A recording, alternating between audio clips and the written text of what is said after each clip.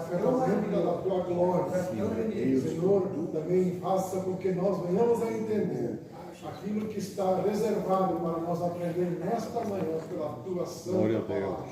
É o que nós pedimos em nome de Jesus Cristo. Amém. Pastor, com a direção. Deus abençoe. Meus amados irmãos, a minha saudação a todos, com a graça e a paz do Senhor Jesus. Mais uma manhã de domingo, estamos reunidos na casa de Deus para a nossa grande e abençoada escola bíblica dominical. Minha saudação ao evangelista Uziel, nosso coordenador do departamento de ensino, também o evangelista João Castro, Marister, evangelista Clayton, evangelista Fernando, nossos professores que estão sempre conosco, os demais obreiros, irmãos, que Deus possa abençoar a cada um nesta manhã. Podeis sentar, meus irmãos, nós estamos diante de uma lição por demais gloriosa, maravilhosa, como é todo esse trimestre, e a lição de hoje, principalmente, libertos do pecado para uma nova vida em Cristo, né? Algo que todos nós experimentamos, e isso só acontece pela graça divina. Não é mérito nosso, não temos nenhum mérito, não há nenhum favor ou nenhum merecimento da nossa parte, mas é apenas e unicamente a graça do Senhor. Amém. Esse favor não merecido que nos alcançou para que nós tenhamos a nova vida em Cristo.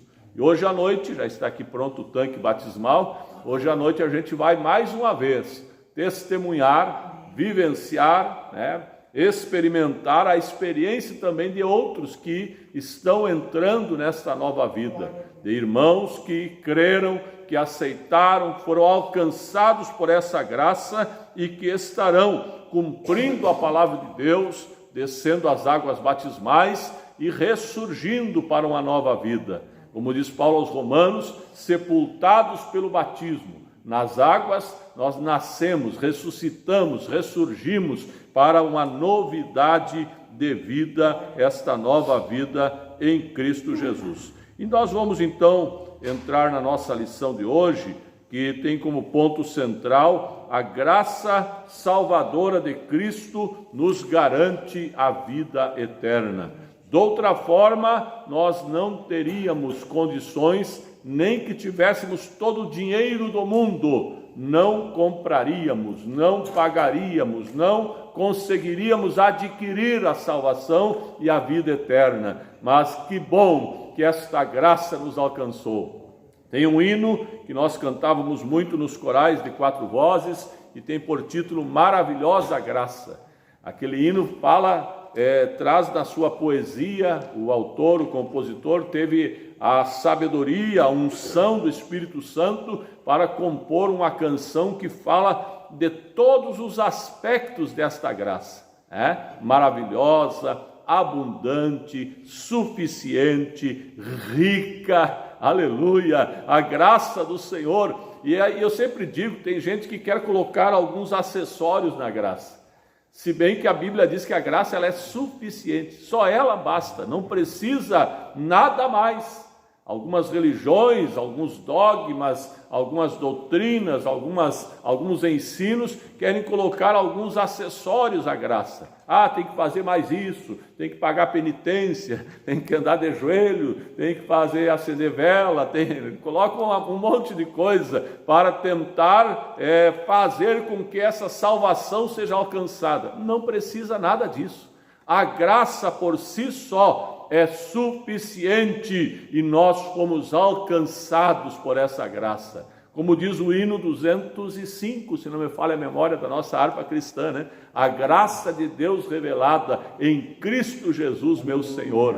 Ao mundo perdido é dada. O Senhor nos deu, é um favor não merecido. E nós, graças a Deus, estamos aqui salvos, remidos, esperando o arrebatamento da igreja e alcançarmos esta vida eterna que a graça de Cristo conquistou para todos nós. Vamos ver então a nossa introdução, a presente sessão da Epístola aos Efésios, apresenta relevantes aspectos doutrinários da salvação. Nós vamos ver aqui que esses aspectos doutrinários da salvação, no capítulo 2 da Epístola aos Efésios, trazem um tratado para a igreja, para nós todos, a respeito da graça e também nos levando a pensar um pouquinho, que nós vamos ver aqui no primeiro tópico, sobre o novo nascimento. Não tem como ser salvo se não nascer de novo. Eu vou repetir o que eu disse já outras vezes. Uma vez eu tive a oportunidade de trazer uma palavra numa convenção de pastores presidentes, uma AGE, uma Assembleia Geral Extraordinária, na cidade de Carazinho, e naquele momento estávamos tratando alguns assuntos e o Espírito Santo me deu uma coragem que eu não sei de onde eu tirei para falar o que eu falei.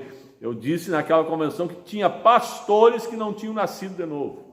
E alguém ficou um pouco surpreso e arregalou o olho e quis contestar. Eu disse, tem, infelizmente tem. Pessoas que estão na posição que estão por outros caminhos, mas nunca tiveram a experiência do novo nascimento. Tanto é que vivem uma vida fracassada, vivem uma vida que não tem nenhum sentido no âmbito espiritual. Mas que bom quando nós somos alcançados pela graça e nascemos de novo, somos regenerados e somos transformados para esta nova vida em Cristo. Então, nesta doutrina, nesse aspecto doutrinário da salvação, nós vamos ver aqui nesta epístola o apóstolo Paulo descrevendo a libertação dos pecados como um favor imerecido dado por Deus aos salvos, a fim de que eles desfrutassem desta nova vida em Cristo.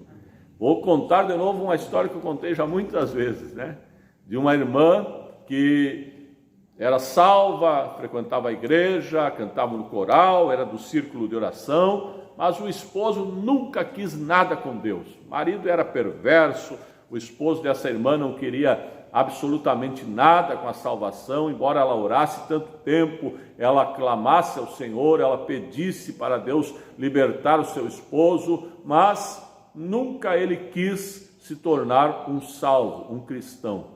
Mas passados muitos anos, ela um dia viu ele entrar na igreja, ele aceitou Jesus naquela noite de domingo, chorando em lágrimas, se converteu verdadeiramente, recebeu esta graça, nasceu de novo, e na segunda-feira, no dia seguinte, manhã bem cedo, ele levantou, abriu a janela da casa e chamou a esposa.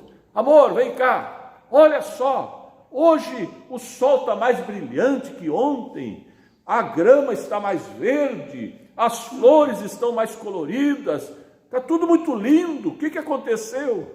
A esposa deu um sorriso e disse, não aconteceu nada, está tudo igual, é você que mudou. Você que nasceu de novo, está vendo as coisas todas diferentes, porque você é nova vida agora, é nova criatura, as coisas velhas passaram e tudo se fez novo. Tudo era novo, parecia tudo mais belo, mas era a transformação de dentro para fora, aleluia, que o Senhor havia feito na vida daquele homem, e a esposa viu ali naquele fato uma experiência de transformação na vida daquele irmão. Vamos para o nosso tópico primeiro, a antiga natureza morta em ofensas e pecados.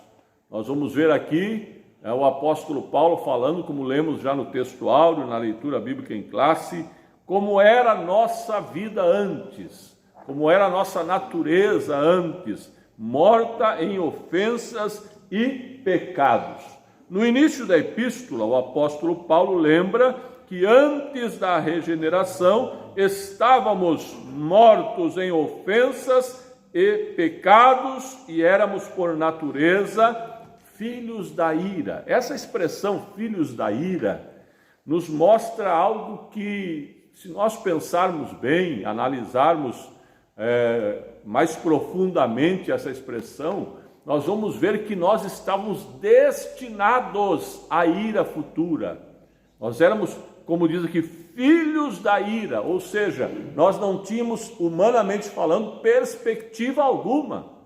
Tanto é que o próprio Paulo fala aos Romanos, dizendo assim: logo muito mais agora, sendo justificados pelo seu sangue, seremos por ele salvos da ira. Salvos da ira. Que ira é essa? Não é a ira de um homem bravo, ou da cólera, ou de alguma pessoa raivosa. É da ira vindoura, que está preparada, reservada para todos que não creem, para todos que não são alcançados por essa graça.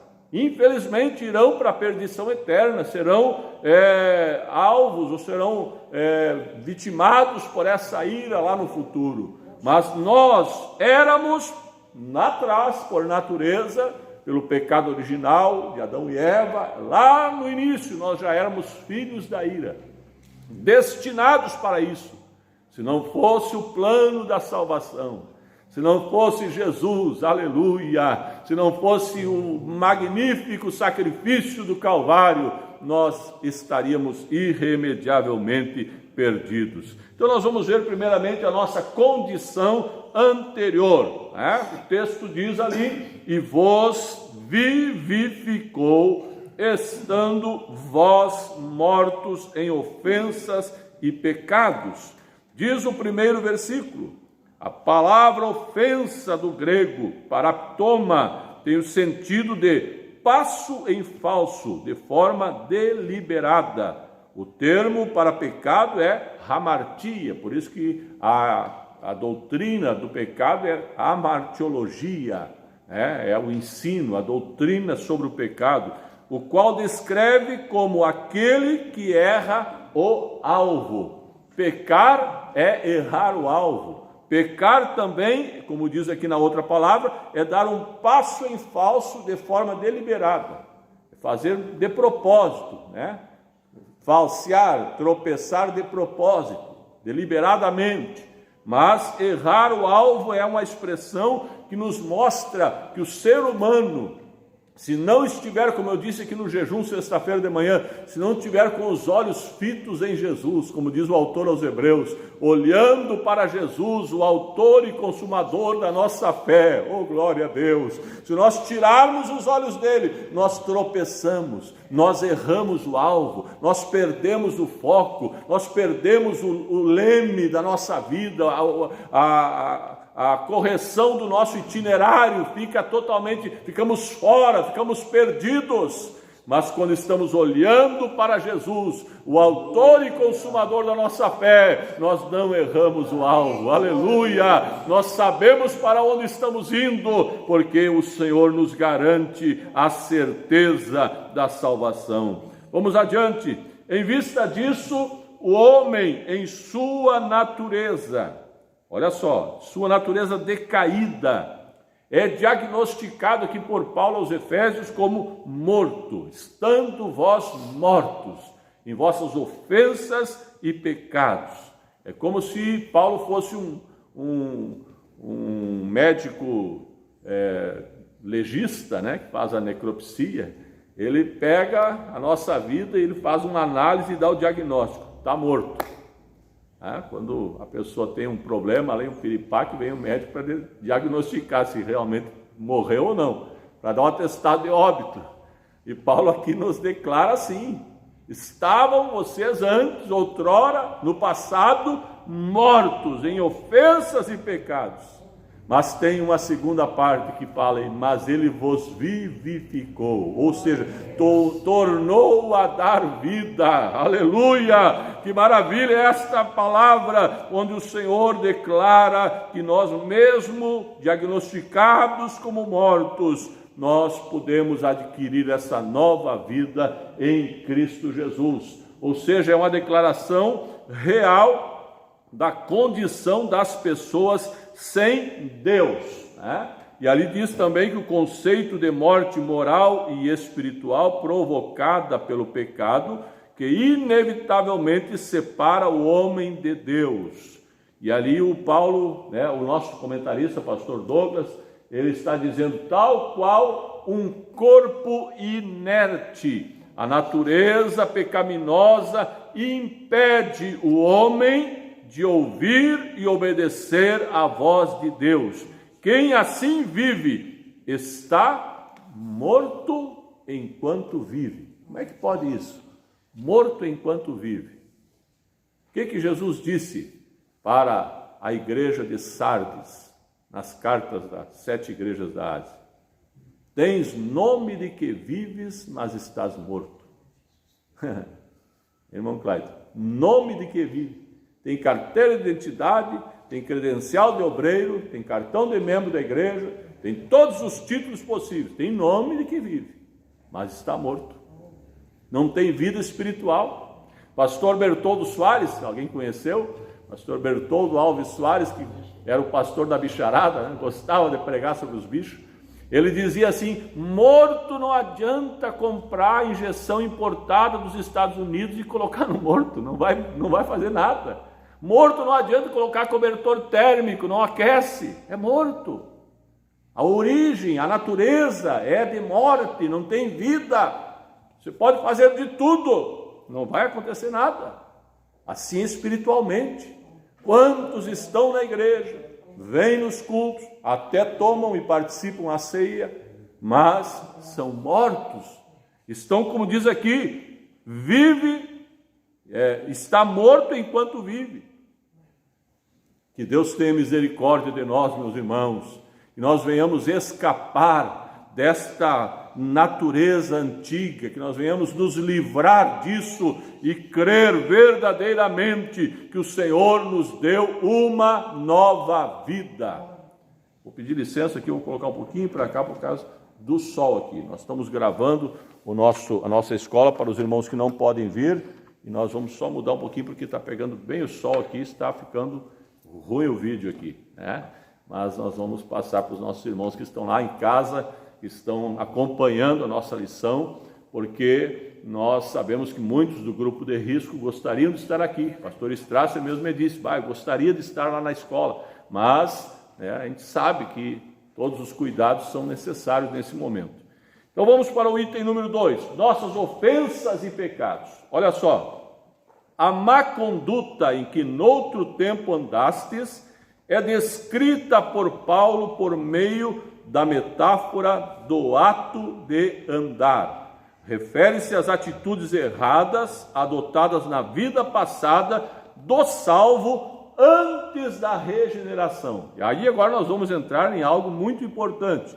3 coisas, ou 3 formas, 3 maneiras de como nós andávamos. Vamos ver lá? Qual é a primeira?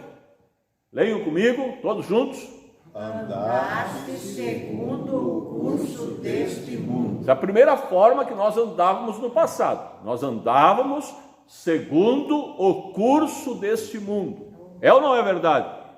Andava bebendo, andava fumando, andava nas festas, andava nos bailões, andava aprontando, mentindo, outros roubando, outros se prostituindo, outros se drogando. Andávamos conforme o curso deste mundo. Segunda maneira, vamos lá. Andaste segundo o príncipe da potestade do ar. O que é isso, pastor Ivonildo? Nós vamos já entrar no detalhe, nós vamos explicar cada uma dessas fases. Terceiro, andávamos fazendo a vontade da carne e dos pensamentos. Que tremendo isso! Nossa vida era assim, tão feia. Nosso quadro existencial era terrível. Andava segundo o curso desse mundo, andava segundo o príncipe da potestade do ar. Quem é o príncipe da potestade do ar? Satanás, nosso adversário. Ele comandava a nossa vida, ele amarrou a pessoa, aprisionou a pessoa e fez a pessoa andar conforme ele, até ser liberto. Por isso que o título da nossa lição é Libertos para uma nova vida, libertos do pecado para uma nova vida em Cristo. E andávamos também fazendo a nossa própria vontade, a vontade da carne, a vontade dos pensamentos. E muita gente fez muita coisa errada segundo a sua própria vontade. Vamos ver o primeiro.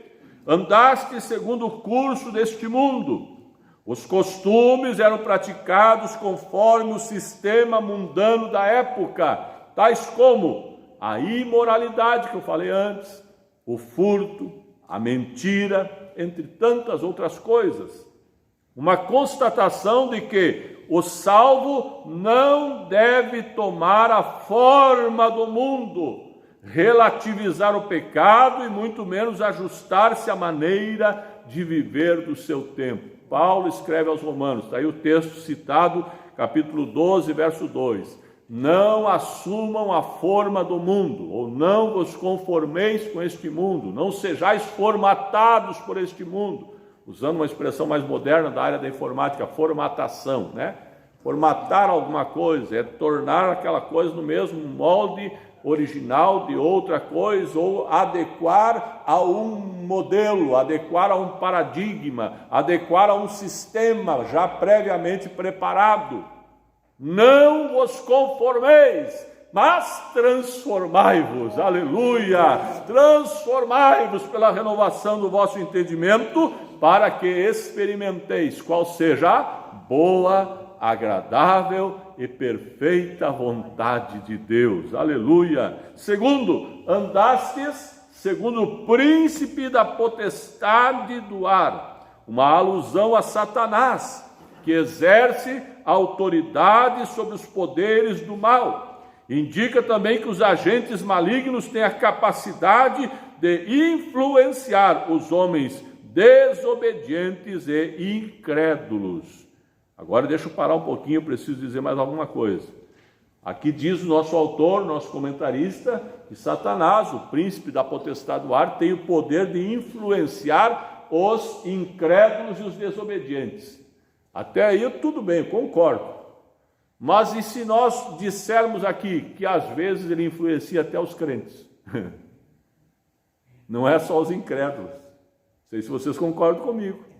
Se a pessoa não vigiar, se a pessoa não andar no temor do Senhor, pode ser influenciado também por Satanás, mesmo estando sendo chamado de crente ou estando dentro de uma igreja. Por quê? Porque a natureza humana, ela é propensa para o pecado.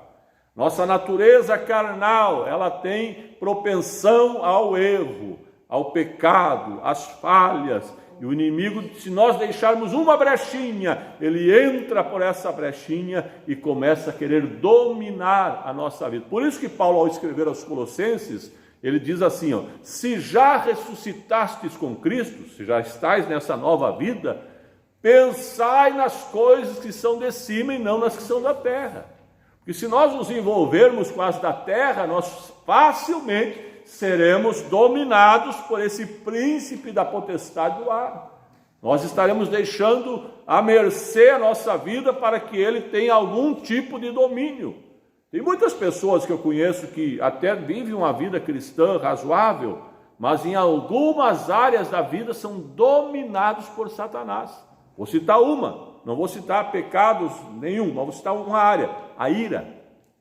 Tem gente que serve a Deus, é crente, às vezes até é obreiro, mas dá uns acessos de fúria, dá uns acessos de ira, o que tiver na frente ele joga na esposa ou joga no filho, dá um coice na porta, e aí volta tudo ao normal, depois ele pede perdão e chora, mas foi um domínio temporário. O Jadir pediu a palavra?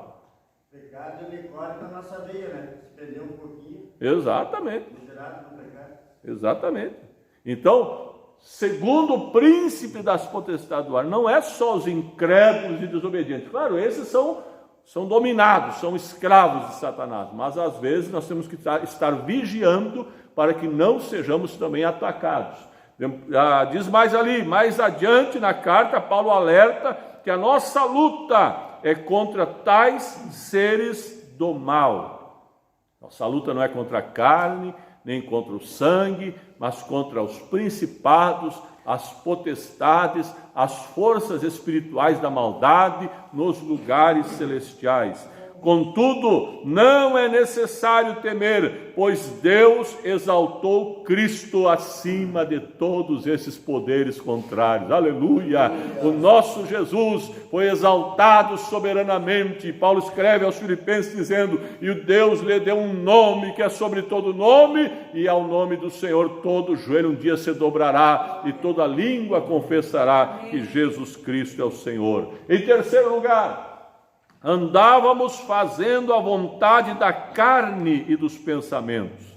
Refere-se à inclinação para fazer o mal, algo inerente à natureza humana. Estão incluídos aqui os pensamentos pervertidos. Andava fazendo a vontade da carne e dos pensamentos. Pensamentos pervertidos. E a prática de todos os desejos desordenados da carne. Hoje, irmãos, nós temos na própria mídia, principalmente hoje na internet, uma força diabólica tão grande para minar os pensamentos. Às vezes a pessoa não peca no ato, não pratica o ato, mas os pensamentos são pervertidos, os pensamentos são contaminados, os pensamentos são terríveis, são libidinosos, são muitas vezes pensamentos de morte, outros de prostituição, de adultério. A pessoa só não pratica porque, quem sabe, tem ainda um pouquinho de temor, mas os pensamentos são dominados. Que Deus nos guarde, que nós possa, aleluia, nesta manhã, pedir que o sangue de Jesus Cristo purifique a nossa mente, a nossa consciência, purifique os nossos pensamentos, porque muitos estão dominados por essa perversão que a própria mídia está despejando dentro dos nossos lares. Estão incluídos aqui também todos esses pensamentos pervertidos, e como resultado disso, nós nos tornamos, ou éramos lá no passado, filhos da ira. Isto é, condenados, desprovidos do favor divino. Paulo sublinha que essa era a nossa condição. Entretanto, aprouve ao Pai, aleluia, nos eleger e nos predestinar para filhos de adoção. Por isso nós podemos clamar: Abba, Pai, papaizinho, papai querido. O Senhor nos adotou, este espírito de adoção nos alcançou e a graça de Cristo nos trouxe para perto do Pai Celestial. E hoje somos filhos e, além de filhos, também herdeiros e co-herdeiros com Cristo das mansões celestiais. Que Deus possa nos abençoar para nós valorizarmos, irmãos, a nossa vida com Deus, quando às vezes a gente lembra do que lá no passado Deus fez por nós. Se fosse dar a palavra aqui para alguém testemunhar, com certeza, muitos diriam: eu no passado fiz coisas erradas, eu fiz isso, eu fiz aquilo, eu estava perdido totalmente, mas a graça do Senhor me alcançou, a graça do Senhor nos alcançou. É claro que nós não vamos ser apenas como alguns ex-traficante, ex-bandido, ex-isso, ex-aquilo. Tem alguns ex por aí que só falam da vida passada. Nós não precisamos ficar falando da vida passada. Passado é passado. A Bíblia mesmo diz: tudo se fez novo. Amém. Deixa o passado para lá. Tem gente que vai pregar, fala mais do passado do que de Jesus. Em vez de falar de Jesus, do que Jesus fez da sua vida, fala mais do que ele fazia no passado. Eu tive um pastor, foi meu pastor presidente, que toda pregação dele, ele dizia: eu tomava 5 garrafões de cachaça, eu fazia, toda pregação ele contava o que ele fazia no passado. Para quê? Né? Para quê? Deus já nos libertou, já temos uma nova vida, né? Diga só: Jesus me transformou, Jesus me libertou, Jesus mudou o meu viver, eu vivo uma nova vida em Cristo, aleluia. Não precisa ficar exaltando as façanhas do passado.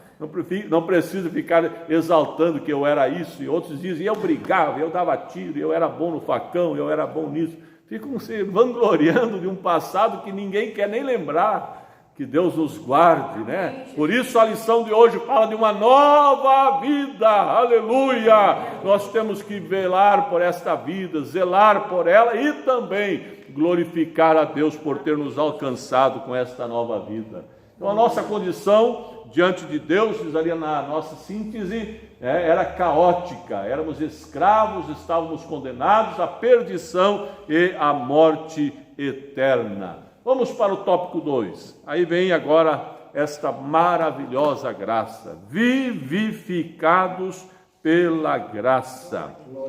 Por ato de bondade, por um ato de misericórdia, estando nós ainda mortos em pecados, Deus imensamente nos amou, aleluia, e por isso nos vivificou por meio de sua graça. Então não foi algo que nós tivéssemos algum mérito, não foi nós que, por sermos bonzinhos, alguém diz assim, pastor, eu não era crente, eu não era da igreja evangélica, mas eu sempre fui uma pessoa que fiz coisas boas, eu sempre pratiquei, nunca fiz nada errado, nunca matei ninguém, nunca roubei. Não é por esses atos que você acha que fez certo que Jesus te alcançou. Mesmo que você fizesse tudo certo, se não aceitasse Jesus, se não cresce no plano da salvação, se não se entregasse de corpo e alma a Ele, não estaria salvo. Por isso Paulo destaca aqui que não é pelas obras. Não é pelas obras. Se fosse pelas obras, quem dá esmola, quem pratica boas ações, quem visita os hospitais, quem vive aí ajudando, né? Tem inclusive uma entidade que dizem que é religião, mas não tem nada de religião, é um misticismo religioso chamado LBV, Legião da Boa Vontade. Eles fazem tudo que é bom, ajudam hospitais, ajudam orfanatos, ajudam asilos, e é uma coisa muito linda, parece assim, vivem pedindo ajuda, e parece que é tudo bom, mas vai dar uma olhadinha na doutrina do seu Paiva Neto, e a mistura com o espiritismo e outros sincretismos religiosos que ele está envolvido, não tem nada, eles usam o nome de Deus, usam o nome de Jesus, mas não tem salvação, não tem nova vida. Então não é pelas obras que nós somos salvos. Eu sempre digo, não somos salvos por praticar boas obras, mas praticamos boas obras porque somos salvos. É consequência, é resultado da nossa vida com Deus. Alcançados pela misericórdia e pelo amor divino. Quem é que pode ler para nós esse tópico primeiro? Vamos lá, vamos pedir a cooperação dos irmãos aí. Esse item 1. Leia bem alto para nós, por gentileza. Quem quiser ler. Após constatar a situação da humanidade sob a ira de Deus, Paulo passa a descrever os atos divinos de amor e de misericórdia que alteraram o quadro caótico da raça humana. Começando com uma conjunção adversativa, o apóstolo declara exultante: mas Deus, que é riquíssimo em misericórdia, pelo seu muito amor com que nos amou. O ato de misericórdia implica compaixão e simpatia para com os indignos. A carta aos Efésios ensina que, ao prover à humanidade o meio de escape da merecida ira, Deus não se mostra apenas misericordioso, mas abundante em misericórdia. E essa riquíssima misericórdia procede do seu muito amor com que nos amou. A Bíblia enfatiza que foi a magnitude desse amor que motivou a nossa salvação. Aleluia! A magnitude desse amor. E olha o texto que está ali, né, de 1 João 4:9. Foi assim que Deus manifestou o seu amor entre nós. Enviou o seu Filho unigênito ao mundo para que pudéssemos viver por meio dele. A maior dádiva, irmãos, a maior herança, a maior riqueza, a maior presente, o maior dom que nós pudéssemos ter recebido é a nossa salvação. Os discípulos disseram para Jesus: os demônios se nos submetem, os enfermos são curados. Jesus disse: não vos alegreis por isso, alegrai-vos antes, porque o vosso nome está escrito no livro da vida nos céus. Esta é a maior dádiva, esta é a maior riqueza que nós podemos ter, é a certeza da nossa salvação. No item 2, vivificados por sua graça, descrevendo as dádivas divinamente concedidas aos salvos, o apóstolo enfatiza que o amor de Deus nos alcançou, estando nós ainda mortos em nossas ofensas. Isso significa que não éramos merecedores deste amor, mas que mesmo assim Deus nos vivificou juntamente com Cristo. Esta é a grande vitória daqueles que, como nós todos, estávamos outrora mortos em ofensas e pecados. E ali diz mais, essa frase quer dizer que nascemos de novo, não estamos mais mortos, pois Cristo nos deu vida outra vez. Vivificar é dar vida outra vez. Fomos vivificados sem mérito algum. Tudo foi efetivado por meio da sua graça, o favor imerecido. Aleluia! Louvemos a Deus por esta graça, agradeçamos a Deus por esta graça maravilhosa, que é este favor imerecido da parte de Deus para conosco. E além de vivificados pela graça, nós nos tornamos agora exaltados por sua graça. O apóstolo dos gentios ainda destaca que o poder de Deus nos ressuscitou juntamente com ele e nos fez assentar nos lugares celestiais em Cristo. Observe que a palavra juntamente indica que Deus concede ao homem os mesmos benefícios alcançados por Cristo. Quais são esses benefícios? Digam comigo, lendo lá na tela. Primeiro benefício, a ressurreição. Segundo benefício, A vida eterna. Terceiro benefício, O galardão no céu. Ah, que coisa linda, irmãos. Deus nos faz parecidos com Cristo. Nós, ali a expressão juntamente com Cristo, assim como Cristo ressuscitou, nós também temos garantida a ressurreição. Não só se tombarmos nesta terra para ressuscitarmos lá no final, quando o Senhor voltar, mas nós ressuscitamos já pelas águas do batismo. Já ressurgimos de uma vida morta para uma nova vida. Aleluia! Ressuscitados com Cristo, temos a vida eterna e ainda temos um galardão nos céus. Oh, aleluia! Este galardão que nos aguarda, que nos espera. Por isso o Senhor nos dá todas estas bênçãos juntamente com Cristo.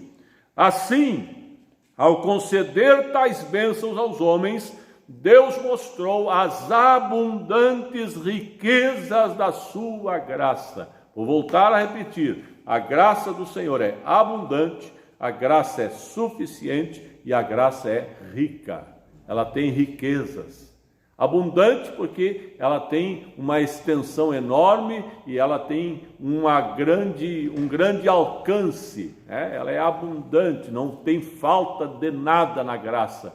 Suficiente porque não precisa mais nada além dela. A graça por si só é suficiente. E rica porque ela traz consigo muitas riquezas espirituais que Deus nos alcançou em Cristo Jesus. Desse modo, ratificamos que a salvação e seus privilégios são conferidos pela imensurável graça de Deus, o favor divino e merecido. Que coisa linda nós pensarmos um pouquinho nesta graça, aleluia, nós meditarmos um pouquinho nesta graça, neste favor imerecido. Irmãos, eu fico pensando, às vezes eu não tinha nenhum mérito, eu não poderia jamais, quem sabe, estar hoje como estou, numa posição de pastor, de líder ou de obreiro, seja o que for, ou simplesmente um membro da igreja. Nós não merecíamos nada disso. São as riquezas da graça, aleluia, são as riquezas da graça que o Senhor tem nos dado, é um acréscimo, além da salvação, o Senhor nos dá algumas benesses a mais, nos dá uns bônus a mais, nos faz participar, como diz a própria palavra de Deus, nos faz sentar entre os príncipes da terra, nos dá honras, nos dá privilégios, nos alcança com tantas vitórias, com tantas bênçãos, somente através da graça. Tópico 3, a salvação não vem das obras. Agora nós vamos chegar naquele ponto em que Paulo destaca, pela graça sois salvos por meio da fé, e aí tem um adendo, não vem das obras para que ninguém se glorie. Então a salvação não vem das obras. Em Efésios 2, 8 a 10, Paulo revela que a salvação não depende de obras humanas, porque pela graça sois salvos por meio da fé. Porém, uma vez salvo, que eu disse antes, o crente deve praticar boas obras. Salvo para praticar boas obras. As irmãs, a irmã Morgana, junto com mais alguma equipe aí, tem um grupo, temos um grupo no WhatsApp, e elas têm uma equipe chamada Salvos para Servir, que elas ajudam nos hospitais, a Marister faz parte, outras irmãs, estão lá atendendo irmãs, irmãos, agora com a nossa querida e saudosa irmã Brunilda, várias irmãs passaram ali dias e noites acompanhando a irmã Brunilda, posando com ela, ficando com ela alguns momentos, em tantos outros, o título é Salvos para Servir. Então essas boas obras não é para alcançar a salvação, mas é porque somos salvos. Somos salvos para isso. Somos salvos para praticar essas coisas, somos salvos para servir, somos salvos para amar, somos salvos para atender, alcançar pessoas necessitadas com o nosso amor, com nossa obra social, com tudo aquilo que Deus tem nos dado. Esta é a razão de praticar estas obras, não para ser salvo, mas porque somos salvos. A graça como meio da salvação. A salvação inclui a libertação da morte, olha só, da escravidão do pecado e aquilo que eu falei no início, da ira futura, da ira vindoura. Ao mesmo tempo, permite ao salvo desfrutar de todas as bênçãos espirituais descritas em Efésios, capítulo 2, versos 1 a 7. Portanto, a salvação é o livramento do poder da maldição do pecado e da morte, e é também a restituição do homem à comunhão com Deus, uma bênção concedida a todos que recebem Cristo como Salvador, restituição da comunhão. Por isso Paulo também destaca nas suas epístolas sobre o ministério da reconciliação. Reconciliar com Deus é restituir a comunhão, é voltar a ter comunhão com o Criador, voltar a ter comunhão. Nós tínhamos perdido isso. O nosso pai Adão, lá no pecado original, rompeu essa comunhão, rompeu essa ligação, mas a graça, a salvação nos traz esta restituição da comunhão com Deus através do sacrifício de Jesus Cristo. A palavra graça é a tradução do grego charis, que é o favor imerecido. Ela mostra que a iniciativa para tornar possível a salvação veio da parte de Deus. É por meio da graça, olha só que coisa linda, é por meio da graça que Deus ativa o livre-arbítrio e capacita o pecador para que responda com fé ao chamado do Evangelho. Deus respeita o livre-arbítrio, mas Ele também ativa, Ele usa esse poder de escolha, esse poder de decisão, para que a pessoa convencida pelo Espírito Santo, que é que convence o homem do pecado, da justiça e do juízo, aí então, usando o seu livre-arbítrio, ele possa crer, possa reconhecer esta graça. Todavia, ainda assim, o ser humano é livre para escolher entre dois caminhos: salvação e perdição. Sua liberdade não foi eliminada e a graça pode ser resistida. Agora vou ter que entrar no calvinismo. A graça pode ser resistida. Os calvinistas pregam e afirmam que uma vez salvo, salvo para sempre. Eu não concordo. Tem gente que pode resistir à graça e perder a salvação. A palavra de Deus diz: guarda o que tens para que ninguém tome a tua coroa. Tem gente que pode, sim senhores, mesmo depois de ter sido salvo, pode pecar, pode romper a comunhão com Deus, pode perder a salvação. Os calvinistas dizem que não, que depois que a pessoa está salva, predestinado para a salvação, nós falamos aqui na videoaula daquela lição sobre eleição e predestinação, nós falamos sobre isso. Não é desta forma. Tem gente que acha, não, se Deus predestinou para a salvação, pode viver pecando a vida toda, no final vai ser salvo, vai ter uma oportunidade. Não é assim. A predestinação, Deus predestinou todos para a salvação, mas todos os que creem. Ele respeita o livre-arbítrio, Ele respeita o nosso poder de escolha. Por isso, ali diz, capacita o pecador para responder com fé ao Evangelho. Mas também diz aqui no final, pode ser resistida, a graça pode ser resistida. A fé deve ser considerada como aceitação da obra realizada por Cristo em nosso favor. Ela é a resposta da graça de Deus, aleluia, a resposta à graça de Deus, através da qual recebemos a salvação. Que coisa maravilhosa esta graça, é podermos estar salvos. Conta-se a história, um tanto engraçada até, mas que tem um fundo de verdade. Diz que deu uma enchente muito grande uma vez aqui na nossa fronteira, e na casa de uns irmãos muito fiéis a Deus, eles tinham um papagaio. E eles saíram da casa, a água subindo e a água invadindo a casa, e eles foram tirando as coisas, saindo e esqueceram do papagaio. E o papagaio, acostumado a ouvir os crentes dentro de casa, né?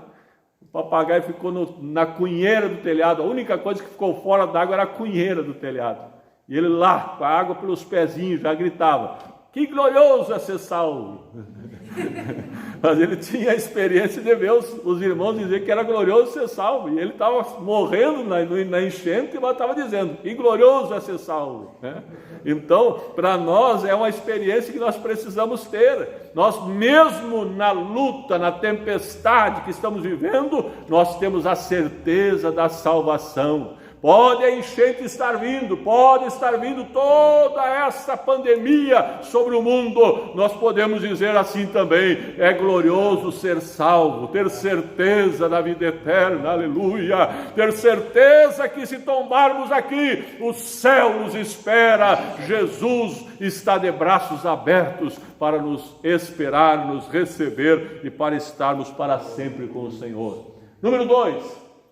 Obras como evidência da salvação. Aqui Paulo usa duas negações para endossar a origem da salvação. Primeira negação: isso não vem de vós.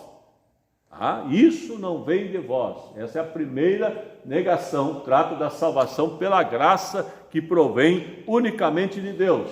A segunda, ratifica que a salvação não vem das obras. Então, primeiro, não vem de vós, não é de nós mesmos, não é por mérito próprio. Segundo, não vem das obras, o que indica não se tratar de recompensa de algum ato humano.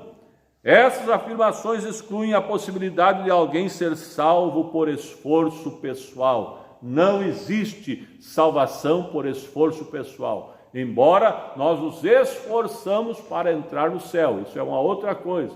E eu ainda falei ontem aqui, sobre o texto de 2 Crônicas 15:7, esforçai-vos e não desfaleçam as vossas mãos, porque a vossa obra tem uma recompensa. Essa é uma outra área de nos esforçarmos, mas não é a salvação apenas por um esforço humano, nós apenas conseguimos com muito custo nos salvar. Não, depende da graça divina. Fala, Fernando.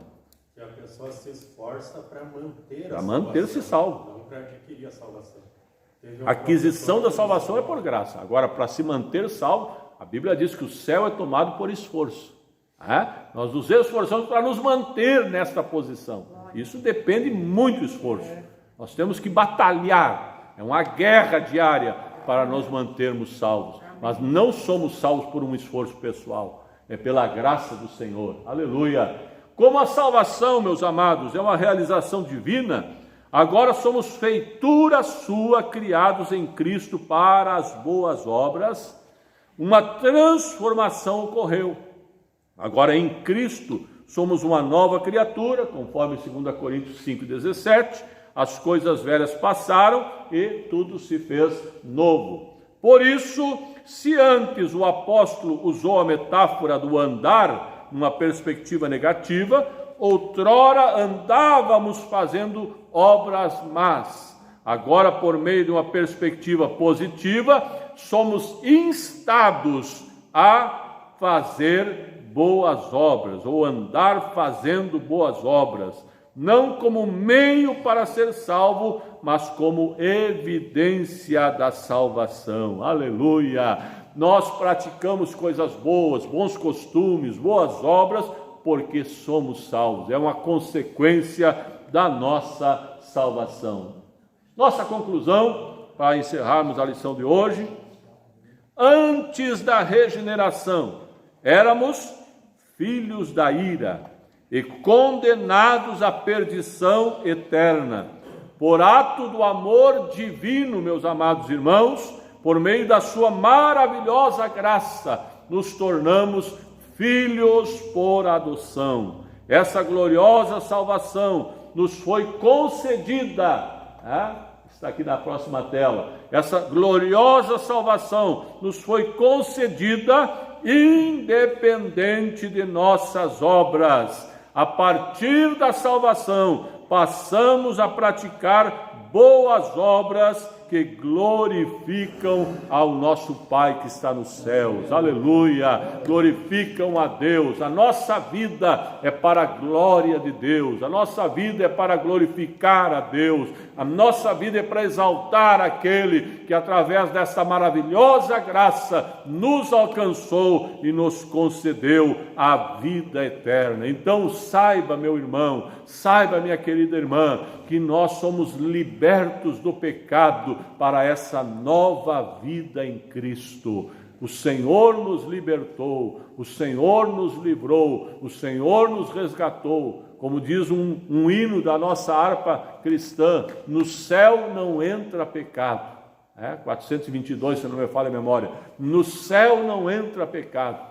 Nós precisamos estar libertos do pecado se quisermos entrar nas mansões celestiais. Que Deus nos abençoe nesta manhã de ensino, de estudo, de meditação da palavra de Deus. E no próximo domingo, dia das mães, dia 10 de maio, nós estudaremos a condição dos gentios sem Deus, com o professor Clayton, que está na escala no próximo domingo, e nós estaremos aqui aprendendo um pouco mais da palavra do Senhor. Que Deus vos abençoe em Cristo Jesus, o nosso Senhor. Amém.